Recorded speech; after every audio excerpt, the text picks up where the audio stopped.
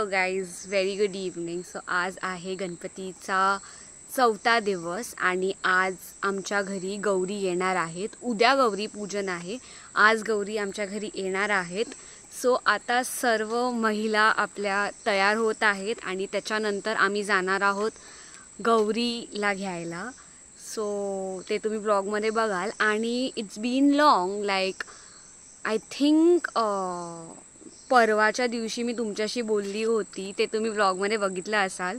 But 2 दिवस झाले मी बोलली नाही तुमच्याशी, बिकॉज मी ऑफकोर्स निसर्गाचा आनंद घेत होती.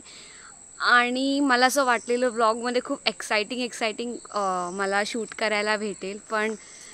पण इथे गणपतीचा एक्सपिरियन्स एवढा छान आहे, एवढा मनाला शांती देण्यासारखं आहे. काय फॉर एक्झाम्पल काल भजन होतं आमच्या घरी आणि मी पहिल्यांदा असं प्रॉपर, आमच्या घरी नव्हतं, दुसऱ्यांच्या घरी होतं, मी तिथे अटेंड करायला गेली होती आणि पहिल्यांदा मी असं प्रॉपर भजन अटेंड केलं आणि खूप खूप खूप मनाला आनंद झाला.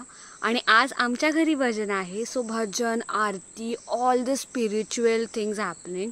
It feels surreal. मतलब खूप छान फील होतं आहे आणि म्हणून मी जास्त शूट करू शकली नाही. प्लस इथे नेटवर्कचाही प्रॉब्लेम आहे. यू कॅन सी आम्ही ॲक्च्युअलमध्ये रानात राहतो आहे. सो नेटवर्कचा प्रॉब्लेम तर ऑफकोर्स आहे. सो या, आणि सकाळी असं उठल्यावर एवढं छान ऊन, कवळं ऊन घरी जे येतं आणि असं पाऊस थोडा असं पडत असतो, तर छान वाटतं यार. थोड्या दिवसानंतर परत त्या मुंबईच्या दगदगीच्या जीवनात जायचं आहे. So I am not ready for it yet, but करना पडेगा यार.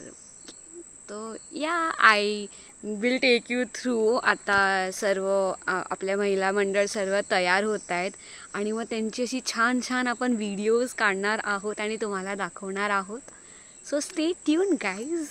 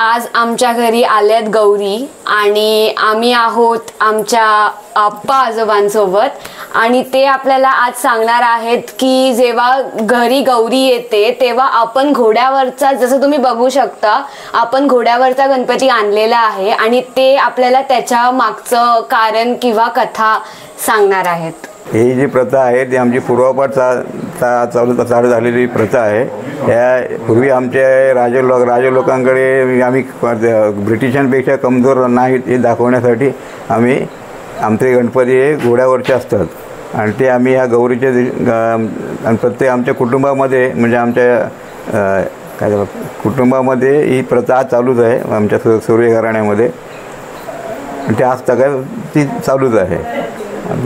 आणि किती वाड्या आहेत आपल्यानी? आमच्या या गावामध्ये साधारण 300 घरं आहेत. त्याच्यामध्ये सगळ्या समाजाचे लोक आहेत.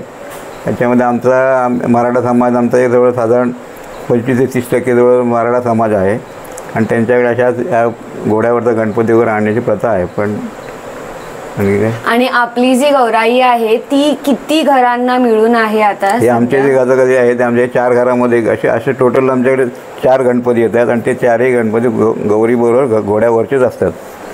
ओके, धन्यवाद. थँक्यू.